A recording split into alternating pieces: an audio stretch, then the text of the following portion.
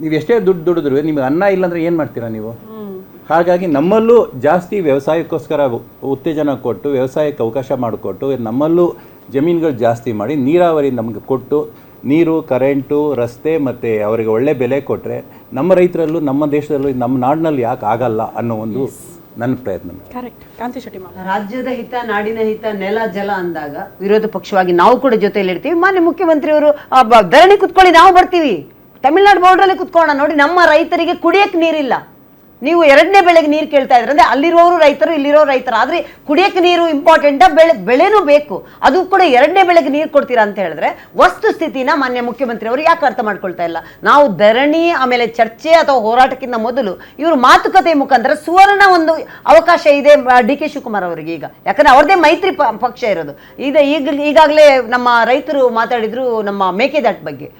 3 ವರ್ಷದ ಹಿಂದೆ ವಾಕತಾನ ಮಾಡಿದಂತ ಮಾನ್ಯ ಡಿ ಕೆ ಶಿವಕುಮಾರ್ ಅವರೇ, 3 ವರ್ಷ ಆದ್ರೂ ಒಂದು ಕಲ್ಲು ಅಲ್ಗಾಡಿಲ್ಲ. ಮಾತೆತ್ತಿದ್ರೆ ನೀವು ಕೇಂದ್ರಕ್ಕೆ ಬಿಟ್ಟು ತೋರಿಸ್ತೀರಾ, ಪ್ರತಿಯೊಂದಕ್ಕೂ ಕೇಂದ್ರಕ್ಕೆ ಬಿಟ್ಟು ತೋರಿಸ್ತೀರಾ. ನೋಡಿ, ಯಾವುದೇ ಒಂದು ರಾಷ್ಟ್ರೀಯ ಯೋಜನೆ ಇರ್ಬೋದು, ಯಾವುದೇ ಒಂದು ಬಜೆಟ್ ಅಲ್ಲಿ ರಾಜ್ಯದ ಪಾಲು ಅಂತ ಇರುತ್ತೆ. ಅದಕ್ಕೆ ಬೇಕಾದಂತಹ ಒಂದು ಏನಂತೀರಾ ಡೀಟೇಲ್ಡ್ ರಿಪೋರ್ಟ್ DPR ರೆಡಿ ಮಾಡಿಬಿಟ್ಟು ಅದು ಸಬ್ಮಿಟ್ ಆಗಿಲ್ಲ. ನಿನ್ನೆ ತಾನೇ ಯಾವುದೋ ಒಂದು ಖಾಸಗಿ ಚಾನಲ್ ಮಾತಾಡೋಕೆ ಒಬ್ರು ಕಾಂಗ್ರೆಸ್ ಪಕ್ಷದ ವಕ್ತಾರ ಹೇಳ್ತಾರೆ, ಅಲ್ಲ ಸ್ವಲ್ಪ ಅದರಲ್ಲಿ ಕೆಲಸ ಬಾಕಿ ಇದೆ. ಅಂದ್ರೆ 3 ವರ್ಷದಿಂದ ಅವಾಗ ಅವ್ರ ಹತ್ರ ವಾಕತಾನ ಮಾಡಿದವರಿಗೆ ಈ ಗೌರ್ಮೆಂಟ್ ಬಂದು 3 ವರ್ಷ ಆದ್ರೂ ಕೂಡ ಅದರ ಬಗ್ಗೆ ಒಂದು ಯೋಚನೆನೇ ಬೇಡವಾ? ಅಥವಾ ಈ ಕರ್ನಾಟಕ ರಾಜ್ಯದ ಈ ಕಾಂಗ್ರೆಸ್ ಸರ್ಕಾರಕ್ಕೆ 3 ವರ್ಷದಿಂದ ಯಾವುದೇ ಒಂದು ಕೆಲಸ ಮಾಡುವಂತ ಪ್ರತಿ ಜಾಗದಲ್ಲೂ ತೊಂದರೆಗಳು ಮಾಡ್ಕೊಂಡು ಯಾವುದೂ ಕೆಲಸ ಆಗಿಲ್ಲ, ನೋಡುವಂತ ಕೆಲಸ ಯಾವುದೂ ಆಗಿಲ್ಲ.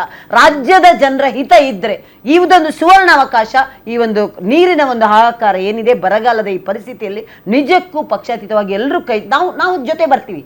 ದಯವಿಟ್ಟು ನಾವು ಹೇಳೋದು ವಿರೋಧ ಪಕ್ಷವಾಗಿ ರಾಜ್ಯದ ನಮ್ಗೆ ಇಂಪಾರ್ಟೆಂಟ್ ನೀರು, ಕುಡಿಯಕ್ಕೆ ನೀರಿಲ್ಲ ಅಂದಮೇಲೆ ಅದಕ್ಕಿಂತ ಬೇರೆ ಕೆಲಸ ಏನಿದೆ ಹೇಳಿ?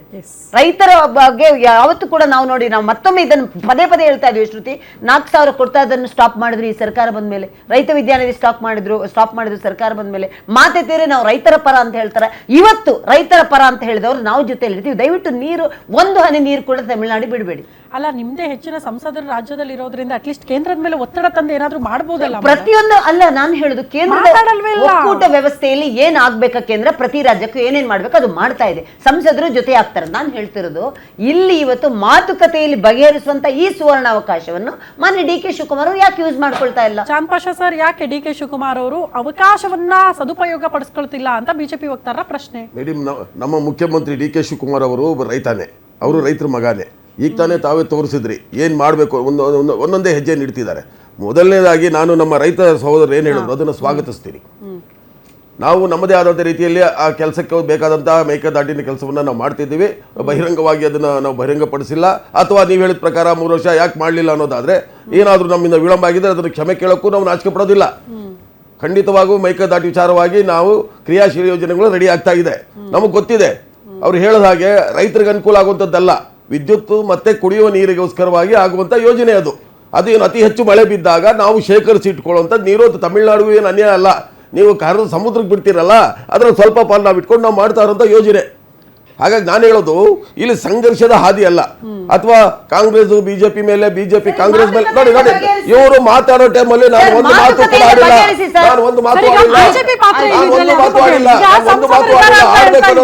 ಪದೇ ಪದೇ ನಾನು ಅಡ್ಡಿಪಡಿಸ್ತೀನಿ. ನಾನು ಹೇಳೋದಕ್ಕೆ ಹೇಳಬೇಕು. ಮಾತುಕತೆ ಮಾತಾಡ್ತೀವಿ. ಒಂದ್ ನಿಮಿಷ ಮೇಡಮ್, ಇವ್ರು ಹೇಳಿದ್ದು ಕೇಳ್ತೀನಿ. 1 ನಿಮಿಷ. 3 ವರ್ಷ ನಾವು ಮೇಕೆದಾಟು ಬಗ್ಗೆ ಒಂದು ಕಲ್ಲು ಅಲ್ಲಾಡ್ಲಿಲ್ಲ. ಹೌದು, ನಾನು ಹೇಳಿದೆ. ಕೇಂದ್ರಕ್ಕೆ ಬಿಟ್ಟು ತೋರಿಸ್ತೀರಾ? ಇರ್ರಿ ಸ್ವಲ್ಪ.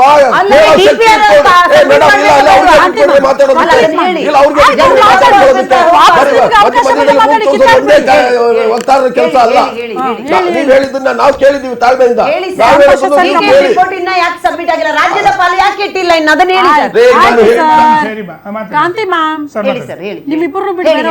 ಚುನಾವಣಾ ಸಂದರ್ಭದಲ್ಲಿ 2023ರಲ್ಲಿ ಒಂದು ರಾಷ್ಟ್ರೀಯ ಯೋಜನೆ ಭದ್ರಾ ಮೇಲ್ದಂಡೆ ಕಾಲುವೆಗೆ 5,300 ಮಾತಾಡಬೇಡ್ರಿ ಮೇಡಮ್. 5,300 ಕೋಟಿಯನ್ನ 5,300 ಕೋಟಿಯ ಯೋಜನೆ, ಇದು ರಾಷ್ಟ್ರೀಯ ಯೋಜನೆ ಅಂತ ನೀವು ಅನೌನ್ಸ್ ಮಾಡಿದ್ರಲ್ಲ. ಇಷ್ಟು 3 ವರ್ಷ ಆಯ್ತಲ್ಲ, 5 ಪೈಸಾ ಕೊಟ್ಟಿಲ್ವಲ್ರಿ? ನಾಚಿಕೆ ಆಗಲ್ವಾ ನಿಮ್ ಕೇಂದ್ರ ಸರ್ಕಾರಕ್ಕೆ? ನಾಚಿಕೆ ಆಗಲ್ವಾ ನಿಮ್ ಕೇಂದ್ರ ಸರ್ಕಾರಕ್ಕೆ? ಮಾತಾಡ್ತೀರಾ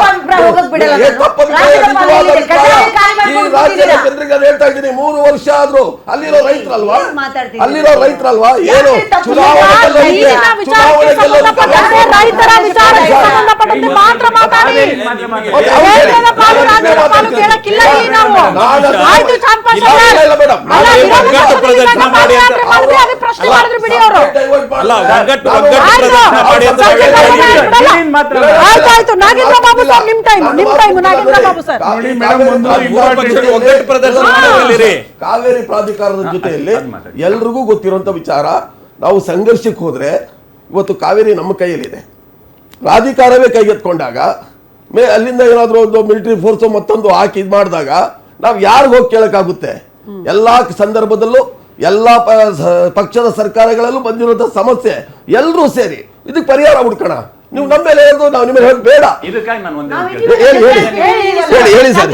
ಕಾಂಗ್ರೆಸ್ ಪಕ್ಷದವರು ಇದ್ದೀರಾ, ಹೇಳಿ ಸರ್. ಗೊತ್ತಾಯ್ತಾ? ಇವರು ಬಿಜೆಪಿ ಹೇಳಿ ಸರ್. ಅವ್ರು JDS ಇಲ್ಲ. ಹೇಳಿ ಸರ್. ನೀವು ಒಂದು ಪಕ್ಷದವರಾಗಿ ನೀವು ಒಂದು ಎಲ್ಲಾರನ್ನೂ ಬನ್ನಿ ಅಂತ ಒಂದು ಕರೆದು ಖಂಡಿತ ಕರಿತೀವಿ ಸರ್. ಅದನ್ನ ಫಸ್ಟ್ ಮಾಡಿದ್ರೆ ಸರ್, ಖಂಡಿತ ಕರಿತೀವಿ ಸರ್. ಒಟ್ಟಿಗೆ ನಾವು ಹೋದ್ರೆ ಕೆಲಸ ಆಗುತ್ತೆ. ಮೇಡಮ್ ಒಂದು ಮೇಡಮ್ ಸಣ್ಣದೊಂದಿದೆ, ಇಷ್ಟೇ, ಜಾಸ್ತಿ ಮಾತಿಲ್ಲ. Week sir. ಜಾಸ್ತಿ ಮಾತಿಲ್ಲ. ನಮ್ಮ ರಾಜ್ಯದ ಮಾಜಿ ಮುಖ್ಯಮಂತ್ರಿಗಳು ಇವತ್ತು ಕೇಂದ್ರ ಸಚಿವರಾದಂತ ಕುಮಾರಸ್ವಾಮಿ ಅವರು ನಾನು ಗೆದ್ರೆ 1 ತಿಂಗಳಲ್ಲಿ ಮೇಕೆದಾಟಿಗೆ ಪರ್ಮಿಷನ್ ಕೊಡಿಸ್ತೀನಿ ಅಂತ ಅಂದ್ರು. ಎಲ್ಲಿ ಪರ್ಮಿಷನ್? ರಾಜ್ಯದ ಹಿತದ ಬಗ್ಗೆ ಮಾತಾಡಿ ಎಲ್ಲಿ ಸರ್. permission? ಇವಾಗ ಏನ್ ಮಾಡ್ತಿದ್ದೀರಿ ಅದರ ಬಗ್ಗೆ ಮಾತಾಡಿ. ಅದನ್ನೇ ಮಾತಾಡ್ಬೋದಾ? ಮಾತಾಡಿ ಸರ್. ನೋಡಿ, ಇವತ್ತು ಹಿರಿಯರು ಹೇಳ್ದಂಗೆ ನಾವು ಮಾತಾಡ್ತಾ ಇರ್ತಕ್ಕಂಥ ಕಾವೇರಿ ಇವತ್ತು ನಮಗೆ ಬರ ಮತ್ತೆ ನೆರೆ ಇರುವಂತ ಸಂದರ್ಭದಲ್ಲಿ ನೀರಿನ ವಿಚಾರದಲ್ಲಿ ನಾವು ಚರ್ಚೆ ಮಾಡ್ತಾ ಇದ್ದೀವಿ. ನಿಮಗೆ ಮೊನ್ನೆ ನಡೆದಂತ ಸಭೆಯಲ್ಲಿ ವಿನೀಶ್ ಗುಪ್ತಾ ಅವರ ಅಧ್ಯಕ್ಷತೆಯಲ್ಲಿ ಡೆಲ್ಲಿಯಲ್ಲಿ ನಡೆದಂತ ಸಭೆಯಲ್ಲಿ ತಮಿಳುನಾಡು, ಕರ್ನಾಟಕ, ಕೇರಳ, ಪುದುಚೇರಿ ಎಲ್ಲ ಅಧಿಕಾರಿಗಳಿದ್ರಲ್ವಾ? ನೀವು ವಾಸ್ತವಾಂಶ ಮನವರಿಕೆ ಮಾಡಿಕೊಡ್ಬೇಕು. ತಮಿಳುನಾಡು ಏನಂತ ವಾದ ಮಾಡಿದೆ? 2 ತಿಂಗಳಲ್ಲಿ ಕರ್ನಾಟಕ 4 ಜಲಾಶಯಗಳು 37 TMC ಅಡಿ ನೀರು ಹರಿದು ಬಂದಿದೆ. ಇದು 30 ವರ್ಷಗಳ ಸರಾಸರಿ 99 TMC ಅಡಿಗಿಂತ ಕಡಿಮೆ ಎಂಬುದು ನಿಜ. ಕರ್ನಾಟಕ 2 ತಿಂಗಳಲ್ಲಿ 36 TMC ಅಡಿ ನೀರು ಬಿಡಬೇಕಿತ್ತು. ಬಿಟ್ಟಿರುವ ನೀರು 3.5 TMC ಮಾತ್ರ. ನಮಗಿನ್ನೂ ಹಳೇದು ಬಾಕಿ 9.5 TMC ನೀರು ಬಿಡಬೇಕು ಅಂತಕ್ಕಂಥ ವಾದವನ್ನು ಹೇಳಿದೆ.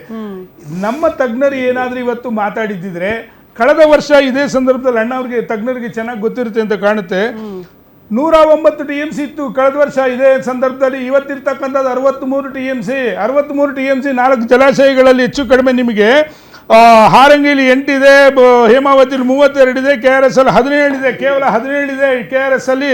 ಮತ್ತೆ ನೀವು ಕಬಿನಿಲಿ 14 ಇದೆ. ನೀವು ಏನಾದರೂ ಸ್ಟೋರೇಜ್, ಡೆಡ್ ಸ್ಟೋರೇಜ್ ಏನಾದರೂ ತೆಗೆದ್ರೆ 7ಕ್ಕೆ ಬರುತ್ತೆ. ಟೋಟಲಿ 20 TMC ಡೆಡ್ ಸ್ಟೋರೇಜ್ ತೆಗೆದ್ಬಿಡಿ. 63ರಲ್ಲಿ 20 ತೆಗೆದ್ರೆ ಉಪಯೋಗಕ್ಕೆ ಯೋಗ್ಯವೇ ಅಲ್ಲದೆ ಇರೋ ನೀರು. ಅದೇ ಮೇಡಮ್.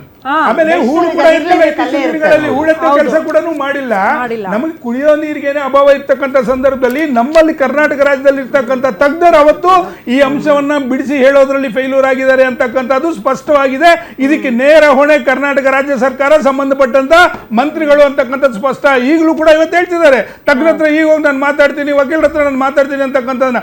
ಈಗಲೂ ಕೂಡ ಕಾಲಾವಕಾಶ ಇದೆ. ಯಾವುದೇ ಕಾರಣಕ್ಕೂ ಇವರು ಮನವರಿಕೆ ಮಾಡಿಕೊಡ್ಬೇಕು, ನಮ್ಮ ಕಷ್ಟವನ್ನ ಹೇಳಬೇಕು. ಮತ್ತೆ ಮೊನ್ನೆ ಕೂಡ ಹೇಳಿದ್ರು, ಮಳೆ ಬಂದಿಲ್ಲ, ಬೆಳೆನೇ ಹಾಕ್ಬೇಡಿ ಅಂತ ಹೇಳಿ.